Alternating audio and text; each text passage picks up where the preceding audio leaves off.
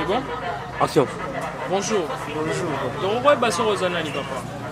Ngaza Congolais, comme les Congolais, nous sommes basés na Barbala pour na hôtel na pour sa opposition na makambo ya Seni.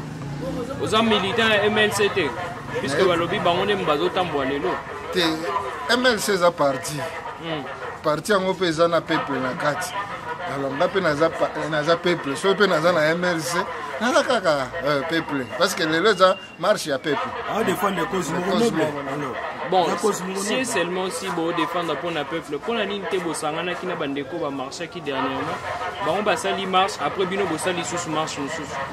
Mais ça peut exclure que non ceux qui bande ko basali marche, batu musu pe ba ko ça marche. So peut perdre pas sali marche lobby pour na malonda. Et ça n'a pas problème peut tout ça na démocratie. Donc divergence ou bien diversification, il y a ba marche ils ont tout qui est le même objectif. La population est dans le flou, elle comprendre que la marche est belle côté au IDPS, à Tamboli, côté la Mouka, à Tamboli, côté au PPRD. Finalement, il y a une population. C'est quoi objectif à marche zani. Objectif à marche zani que non peuple a boyi malonda na Seni. Objectif est moi. Donc tu peux okende ko bomba te. Baninga biso PPRD bango ba objectif à marche na bango ba projeter eza pona lipe mati pona dollar. Mais IDPS MLC la Mouka lelo basali ezali ka pona malonda zalate na tête ya Seni. Donc l'objectif est bien défini. Bon, ils ont un problème, mon combat marche, ils ont les camicolo, ils ont une marche, ils ont un retard, mais sous ce qu'ils ont anticipé, net loi projet de loi à Minaku, ils ont anticipé qu'il avant plénière, ils vont marcher, et se tenir. Mais l'Assemblée nationale déjà sali entérinement. Et Tikalika, le président de la République, a promulgué. Mais Bino Bozo marché déjà. Et ça, c'est là où il salami déjà. Mais c'est pas ni. Déjà, entérinement, il y a nani, il y a Malonda. Et ça, il y a Ndenge ya Mabe. Mabunda, ngaso nazaki Malonda, mais na démissionné. Mabunda sali on a ndenge moko ya Mabe. Ndenge moko ya Mabe ndeni. Est-ce que le président faut signaka ordonnance a signé ordonnance ya président. Babimisi le président a signé. Babimisi le sous qui rapportait a signé. Parce que la entérinement ya membre ya bureau. OK. Ya membre ya bureau parce que la ka mutu mon côté. Et ça les makandenge ni so ba confession religieuse société civile parce que ça composante ya société civile. Ce qui atteint na assemblée nationale, assemblée nationale est la caisse de résonance T. Parce que bakoki pe kotinda ba miyibi bakoki pe kotinda ba étranger mbala moko au présentant on a plénière ba adopter non et ça le makandeni ceux qui ba confection religieuse etindi et y na assemblée bako créer commission moko spéciale commission na ba PVO ya ki wana ko banda kotala akokende même kotuna ba confession religieuse wana ba critère nini yo bosalaki po bokomabu akobenga batu o wana ba promis wana ko banda koyoka yo to ba pesi yo Seni yo kosala nini Voilà nini ba weli singa no malonda précipitation ezaka na débilo Kabila a perdre contrôle ya armée parce que le coup d'état so sali coup d'état na tongo na 10 heures communauté internationale obizongi sa pouvoir siko amoni que côté ya kosa coup d'état militaire ezate ake siko alinga tikala na Seni contrôle ya Seni aza pena contrôle ya justice yango monaki ba loi ya sakata na Minaku wana alinga aza na contrôle ya justice parce que so ba tricher na Seni c'est justice mutu eko silisa makambo mon ba de maboko na zaki na ngo yango alors siko comme batelemeli na makambo ya Seni ya Seni ezo simba te yango moni tanga fungolaki deux fronts ya ba loi makambo ya justice na makambo ya Seni amoni peuple sili ki makasi bona babi na zana deux fronts na okokate azu ya fandisi nanu loi ya sakata abisiko na bunda nanu na Seni omoni abundisi ka abunda ya Seni comme koleka te soki eleki wana nda kozongisa nini oyo loi ya sakata mais soki Seni akoki kolekisa ngo te yeba peke non loi ya sakata ekoyi Bon, tous on a mamba Ronsard Malonda. Ronsard Malonda bino bozo accusé na nini. Puisque même à Bécho la lobby abandonné qu'on répondre dans les critères nyonso pour l'éligible. Là c'est retrouvé qui parmi les 3 derniers candidats né bazaka 26, bakati kati belé batikali 3. Ronsard Malonda répondre dans les critères nyonso. Mais bino bo reprocher ni. Biso Ronsard Malonda effectivement nous avons un problème avec Ronsard Malonda. Mais Ronsard Malonda a un technicien oyo acquérir expérience na série. Mais expérience so acquérir yango ekoza na ndenge ya malamu tout comme pe ndenge ya mabe. Mais ça critère. Oui, parmi ba critère bachaki. C'est quoi critère so tie critère isa ya mwana mais siko critère musu pesa ya moralité. Critère pesa moralité. Yango na lobby que non. Ce qui va faire ça, qui vraiment va faire commission dans l'Assemblée nationale. Commission est fan de bandits qui étudient, même il y a moralité. Quand on a une expérience, bourré une espérance. Mais si on a une moralité, vous pouvez imaginer 3 élections et poser un problème. Il y a pourquoi l'Ongola élection dans l'organisation ministère intérieur, qui est un organe indépendante pour organiser. À cause de ça, papa, le lot dans le monde actuel, le pays mingi komi kotia la commission indépendante ndenge au monde le lot la banque centrale ezalaka. La banque centrale peut être un organe indépendant pour la politique économique en mboka, politique économique monétaire en mboka. Ndenge pe ba komisa ba nini oyo ba commission électorale. Yango mona même que non ba conférence même ya ba président ezali na monde comme ba président de commission électorale pour ba partager l'expérience. Mais aussi il y a quand même critères ya moralité. La Bamboka honnête France. Les ministres intérieur d'organiser l'élection. La Bamboka wana tout le monde qui baza Bamboka mo baza l'exemple à Malam. On a une unité de exemple na bango to cha commission mupanzi pour ils ont créé un problème.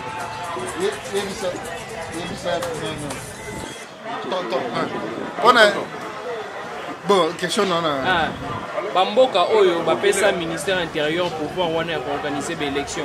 Nous avons les autres qui sont malades par rapport à biso de pesa commission ou à indépendante mais bazo écoute ça nous société civile bazo kanate. Bon, abes nani cardinal Asiliki akati réunion atiki bango nani Soni Kafuta a signé la place nae. Bon omani loko eboma biso pe na mboka na biso ezali tozolinga to copier. Alors que la réalité socio-politique, culturelle à Bamboka est tout à fait différente. Moi, France est un pays où la démocratie est fondée jamais comme on a JR ou bien na Télémi, na mundu qui est président, c'était au monde en hôtel. Mais pas biso so le qui na présidence au kokuta JR na mundu qui a minene bonabo c'est ça. Vous comprenez? C'est pour vous dire quoi?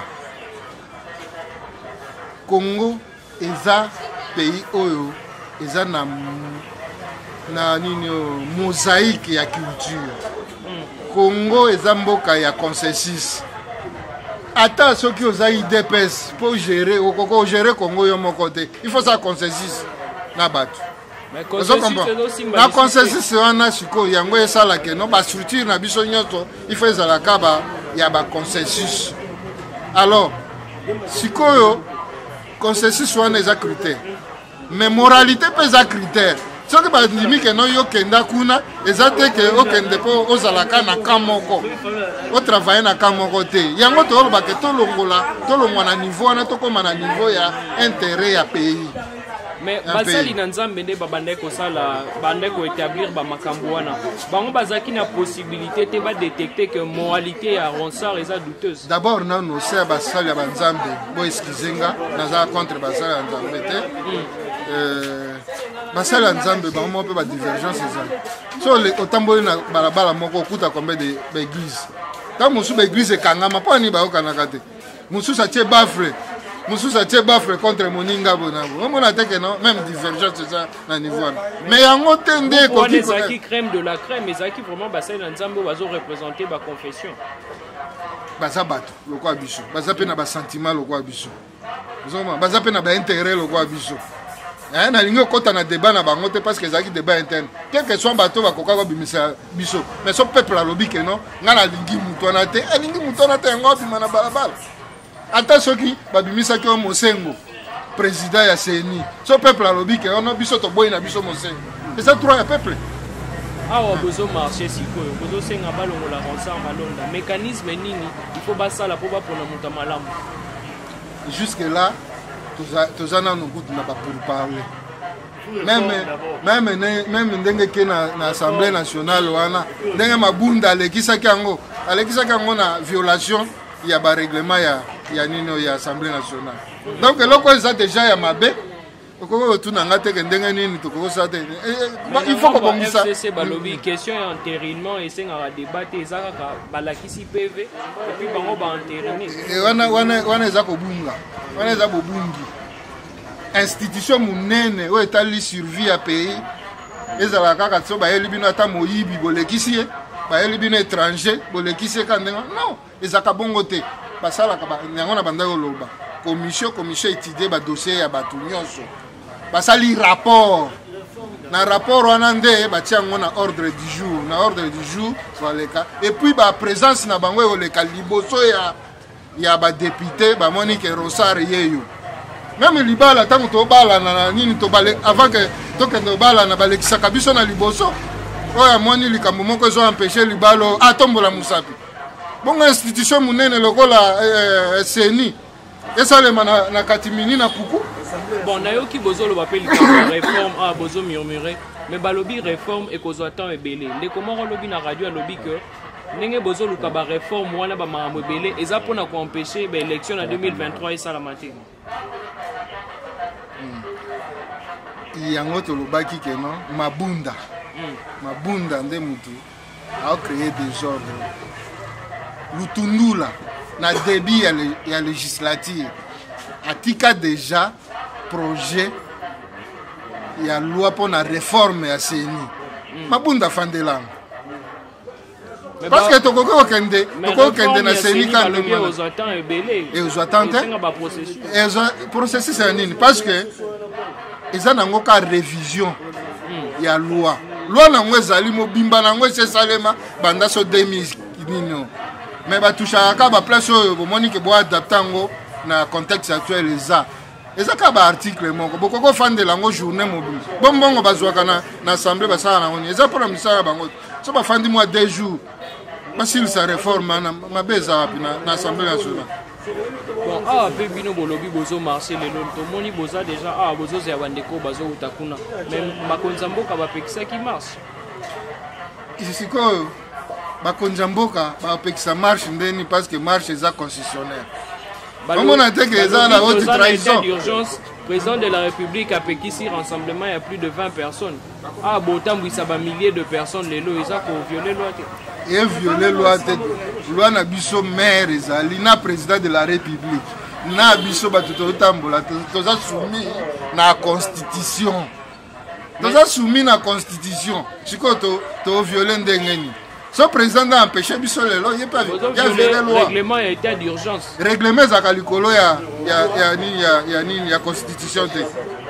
Règlement za kalikolo ya constitution te, c'est la constitution et muteza maire ya ba makambo nyonso. Chiko lelo soki ba vure salami lisusu batu ba kufi batu bazoki to chango na mutu anani. Responsable baza mieux identifié. Mabunda la police eza wana bato bapesaki ordre po batire parce que policier azazo bata ko tirer ka ba manifestable il faut un ordre chaîne wana mobimba wana il faut kolandela bande baza ba responsable population wana est-ce kaza na arme ministre intérieur aza issu na UDPS est-ce que aza possibilité vraiment routine bato ba tirer sur population yende aza patron ya sécurité na va bien ce qu'atindi yim doit répondre devant la justice. Ce qui est policier à Sali Bavir, c'est le ministre qui est responsable politiquement. Bon, si ko ba policier bazo kanani, ceux qui ezayete bazo kanani, ordre zo utawapi. Ah, wana il faut tuna Kakonde ou bien Kasongo ou bien otunipe Kingakati yeme na béton. Ndeni ni coordination zo sale.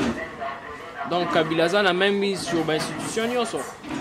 Sylvie à Kabila alingi azala bongo ti azalaka na même mise sur l'institution.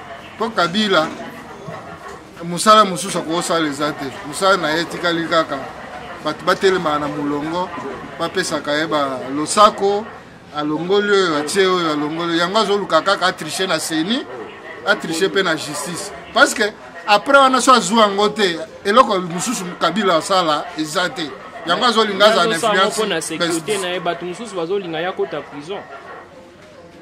Bon. Parce que Bagrier faisait belé au bateau soulevé en coulisses. Bon, yangwana yo la kisaka non so ba pesi yo pouvoir. Yeba ko sale la pona peuple. Mais so yo sala contre peuple, yeba ngo que non après pouvoir na yo. Ba landela yo. Yangwana mabe za ba exemple que biso pe to tira ka ngo que so ba pesi yo pouvoir. Osali yeba ngo que sala ngo pona peuple. Ko bo ma peuple na yo te. Bon, une question de moralité. Batubazo marché. Est-ce que vraiment ba comprendre que sans y a marche? Les tozo kene boito sala boito sala boito sala boito. Ou batuba bimaka bongo puisque tozo mona batu mususu abima qui pona marché, ba komo piller côté yo, ba continue ba siège ba parti mususu ba buki biloko basique ici. Est-ce que zo faire partie na ba démarche pour na revendiquer ba droit? Marche ça te que o piller mutu. Mutu na sali asali be fort na ye asali mo eloko na ye tango yo eko détruit eza image eza bien te eza pe epesa pe image ya mabe mpona mboka yango balobaka ke non marche fo ezala encadré yango tosengaka toinformaka gouverneur de la ville tokomarche banda boye tindela biso la police mpo encadré biso ezalaka te ke kotinda bapolisier mpo baya osala répression te ezalaka mpo baya koencadrer parce que on ne contrôle pas la foule. Okay. Mais ba acte wana ya vandalisme eza ba acte moko eza vraiment ciblé. Ozomona moto akoti na avenue Kabinda asote ba mapango ebele akomi na algar abuki asote ba mapango ebele akomi na ndako ya Jean-Marie Kasamba babuki asote bakomi na immeuble ya ndeko Ngoi Kasanji basakaje eza vraiment ciblé. Mani problème wana ezali problème wana ezali ke non IDPS basala yango mpo accéder na pouvoir. Ça fait 37 ans que IDPS accédaki na pouvoir te ntango sikoyo accéder na pouvoir aza sikoyo na partenaire na ye oyo bautaki kogere mboka na ndenge toyebi sikoyo olie partenaire na ye aaccompagne Félix mpona 2023 azo accompagner Félix c'était comme une guerre entre bango IDPS afande amoni abi biso to risquer parce que biso parti 37 ans tozu pouvoir to kokosa eloko te tant comme en 2023 on se kabiso nde pesi ba militaire ya IDPS kanda yango na siko ba s'apprendre na bato FCC ba mona ke bino nde mutu botia président ya biso kal poto ça la politique na biso sociale te poto ça boité c'est ça en fait les candidats ba militants ba mona ke non c'est Kingakati Montezo empêché président Abisso to comme il est l'autre de la farce vis-à-vis à ba partenaire na biso bon a début à mandat il dépend ça le baka na batu ke beaucoup mesana mais à mona ke komesana na aussi mbaté au contraire payer zo sans bouffer c'est quoi bandi ko pesa e kanda yango mona ba manifestation à colère wana so bimi ako toucher na ba intérêt à bato FCC. Si vraiment Kabila Mutu aza na sima makambo wana nyonso, pourquoi pas une fois basa la marche direction Kingakati? Pour l'objectif ni pour la Kabila pour la relakisa que population aza contre makambo nyonso. Mais marche na bango basa la ya na parler du peuple non? Marche na bango ya parce que kunande ba représenter le peuple.